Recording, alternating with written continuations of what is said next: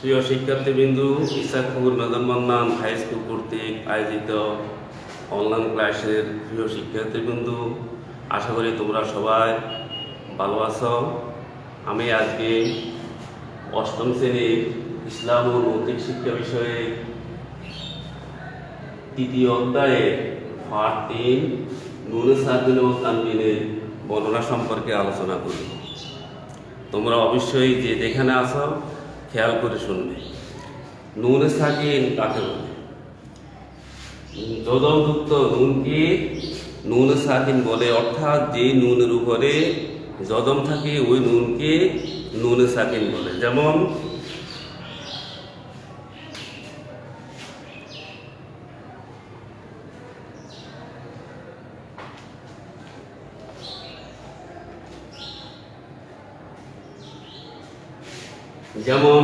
আন, in, উন।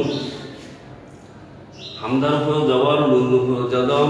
হামদা নুন জবর আন, হামদা নিচে জের, নুনের উপর যদম।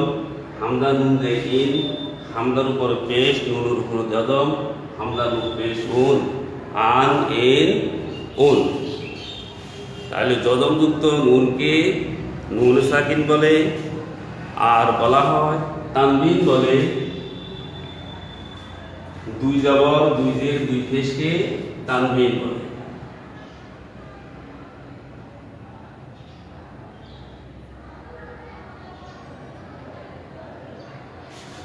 যেমন বা দুই জাবার ভান, বা দুই জের বিন, বা দুই পেশ বুন, বান, বিন, বুন। তানবিন বলা হয় দুই জবর, দুই জের, দুই পেশকে তানবিন বলা হয়। দুই জবর, দুই জের, দুই পেশকে তানবিন বলা হয়। নুন সাকিন এবং তানবিনের পড়া একই নিয়মের, যার কারণে এই দুইটি পড়াকে একসাথে উচ্চারণের সুবিধার জন্য এই দুইটি বর্ণনা তাজবির সাথে একসাথে করা হয়।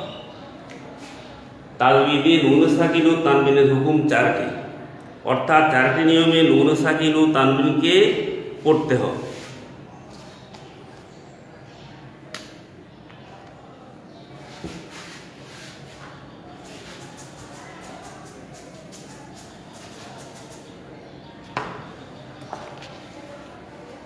ইদগাম,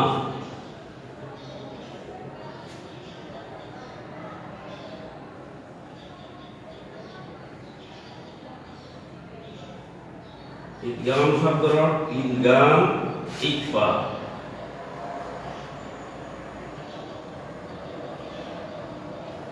ইকফা,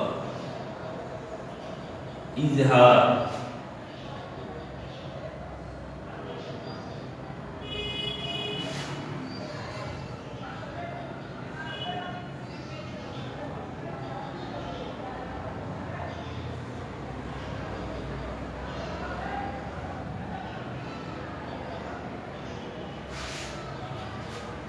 আর কাল।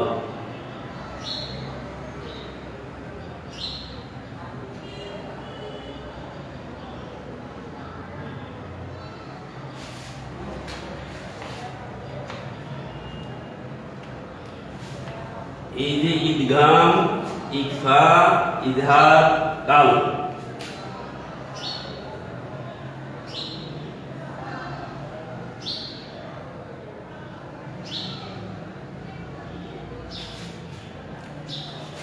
ইদগাম শব্দের অর্থ হলো মিলিয়ে পড়া।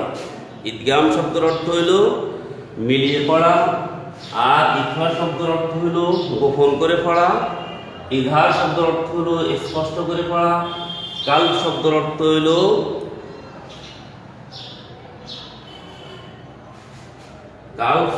হলো বদল করে পড়া, পরিবর্তন করে পড়া। কাকে আমরা মিলিয়ে পড়বো, কাকে গোপন করে পড়বো, কাকে স্পষ্ট করে পড়বো, কাকে বদল করে পড়বো? এখানে নুন সাকিন এবং তানবিনকে আমরা মিলিয়ে পড়বো, বদল করে পড়বো, পরিবর্তন করে পড়বো, স্পষ্ট করে পড়বো। এখন ইদগাম শব্দের অর্থ মিলিয়ে পড়া। ঈদগাম দুই প্রকার। ঈদগামে বা গুন্না ঈদগামে বেলাগুন্না। ঈদগামের হরফ 6টি। ঈদগামের হরফ 6টি।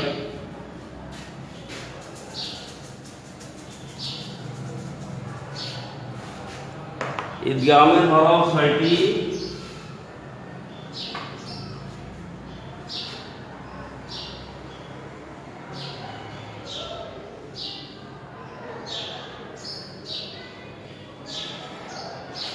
ইয়া ওয়া মিম লাম ওয়াও নুন। ইয়া রা মিম লাম ওয়াও নুন, এই 6টি হরফকে ঈদগামের হরফ বলা হয়। এই 6টি হরফকে ঈদগামের হরফ বলা হয়। এই 6টি হরফকে দুই ভাগে ভাগ করা হয়েছে। এই 6টি হরফকে দুই ভাগে ভাগ করা হয়েছে। একটা হলো ঈদগামে বা গুন্না, ঈদগামে বেলা গুন্না।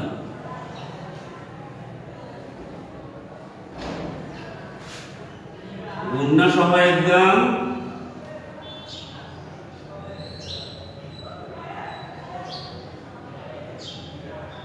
গুন্না সহ ঈদগাম আর গুন্না ব্যতীত ঈদগাম।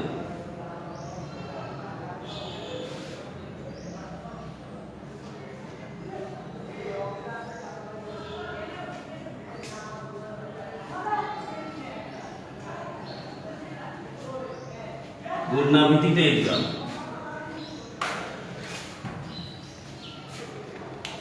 এখানে ঈদগামকে দুই ভাগে ভাগ করা হয়েছে। ঈদগামে বা গুন্না, ঈদগামে বেলা গুন্না। ঈদগামে বা গুন্নার হরফ 60টি, ঈদগামে বেলা গুন্নার হরফ 2টি। ঈদগামে বা গুন্নার হরফ 60টি হলো ইয়া, মিম, ওয়াও, নুন। আর ঈদগামে বেলা গুন্নার হরফ হলো রা, লাম। অর্থাৎ নুন সাকিন এবং তানবিনের বামে ঈদগামে বা গুন্না 4 হরফের যে কোনো একটি হরফ যদি আসে, তখন আমরা এই ঈদগামকে স্পষ্ট করে পড়ব। গুন্না ইকফার ঈদগামের ফলে উভয় হরফ একই সময় উচ্চারিত হয়। ঈদগামের ফলে নুন সাকিন বা তানবিনের পরবর্তী হরফ তার যে যুক্ত হয়, যেমন মান রব্বুকা। এখানে আমরা স্পষ্ট করে পড়ব, গুন্না ব্যতীত পড়ব। গুন্না ঈদগাম, গুন্না সহ ঈদগাম, গুন্না করে পড়ব। ইয়া রা মিম লাম ওয়াও নুনের মধ্যে এই 6টি হরফকে দুই ভাগে ভাগ করা হয়েছে। একটা হলো ঈদগামে বা গুন্না, একটা হলো ঈদগামে বেলা গুন্না। ঈদগামে বা গুন্নার হরফ 60টি, ঈদগামে বেলা গুন্নার হরফ 2টি। ঈদগামে বা গুন্নার হরফ 60টি, ইয়া মিম ওয়াও নুন। আর ঈদগামে বেলা গুন্নার হরফ 2টি, রা এবং লাম। নুন সাকিন এবং তানবিনের ভাবে ঈদগামে বা গুন্না 4 হরফের যে কোনো একটি হরফ যদি আসে, তখন আমরা নুন সাকিন এবং তানবিনকে গুন্না সহকারে পড়ব। আর নুন সাকিন এবং তানবিনের ভাবে ঈদগামে বেলা গুন্না 2 হরফের যে কোনো একটি হরফ, অর্থাৎ রা এবং লাম, এই 2 হরফ, 2 বর্ণের যে কোনো একটি বর্ণ যখন আসবে, তখন আমরা গুন্না ব্যতীত সেটা উচ্চারণ করব। যেমন মান রব্বুকা,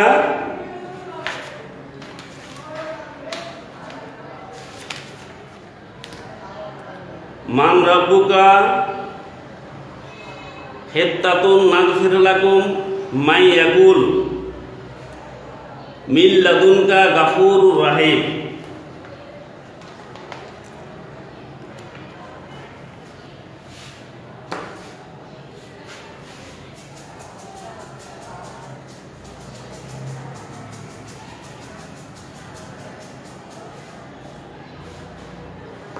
2 নম্বর হলো ইকফা।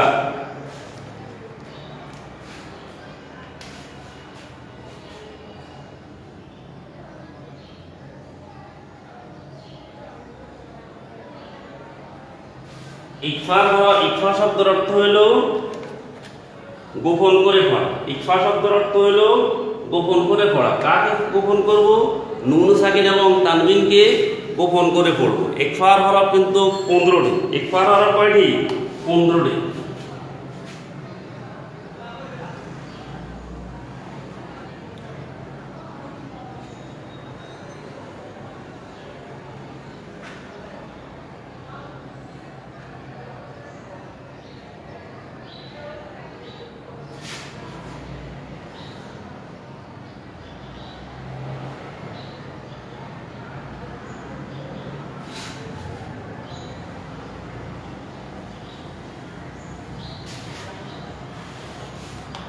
ছন্দের ভাষায় এখানে পড়া হয় তাও সাও জিমু দালু জালু দা সিনু সিনু সদু দাদু গাও গাও ফাও কাহু কা।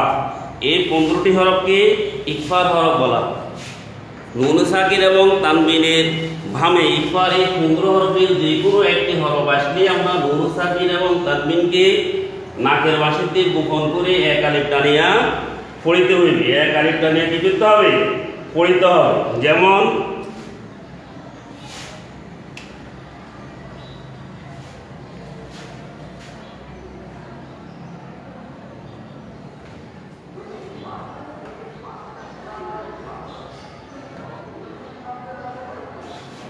মিন তাহতিহা, মিন তাহতিহা মুনজিরিন।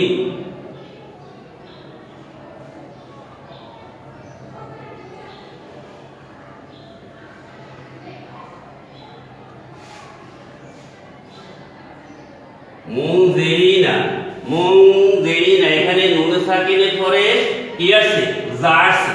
এখানে নুন সাকিনের পরে তা আছে, ওই জন্য আমরা নুন সাকিন এবং তানবিনকে কি করব? গুণনা সহকারে এক আরেকটা নিয়ে পড়ব।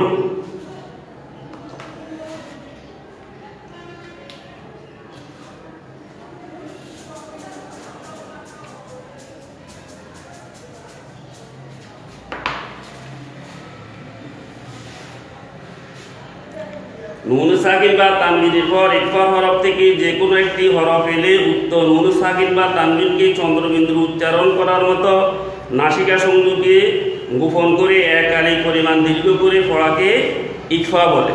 নুন সাকিনের মধ্যে ইকফার উদাহরণ যেমন মিন তাহতিহা মুনজিরিন, মিনকুম, মিন সিজিল, মান ফাআলা, ইনদি। তানবিনের মধ্যে ইকফার উদাহরণ জাররাতিন শাররাইয়ারা, নিমাতিন তুজজা, জিল্লান যালিলা। এখন আমরা আলোচনা করব ইজহার।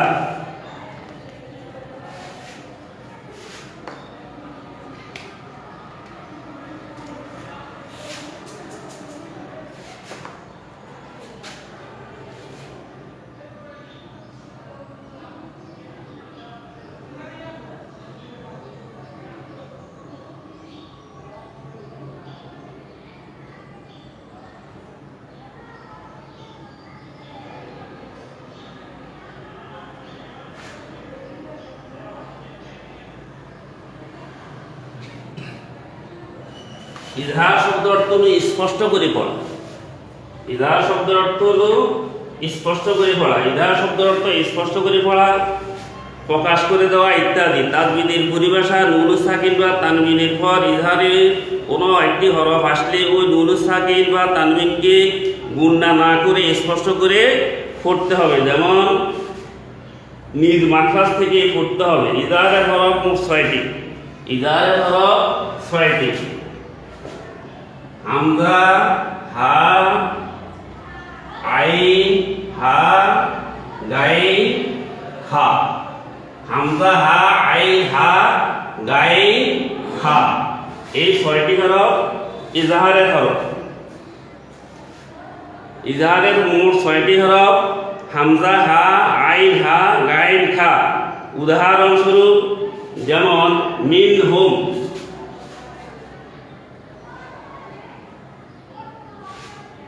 মিনহুম এখানে নুন সাকিনের পরে হা আছে, অতএব এই হাকে গুণনা করা যাবে না, এখানে স্পষ্ট করে পড়তে হবে। যেমন মিন খায়রি,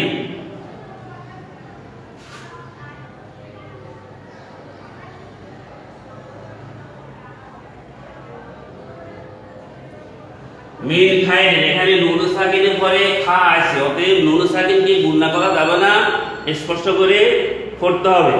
আশা করি তোমরা সবাই ভালোবাসো। আগামী ক্লাসে মিমে সাকিন সম্পর্কে আমরা আলোচনা করব। খোদা হাফেজ, ধন্যবাদ।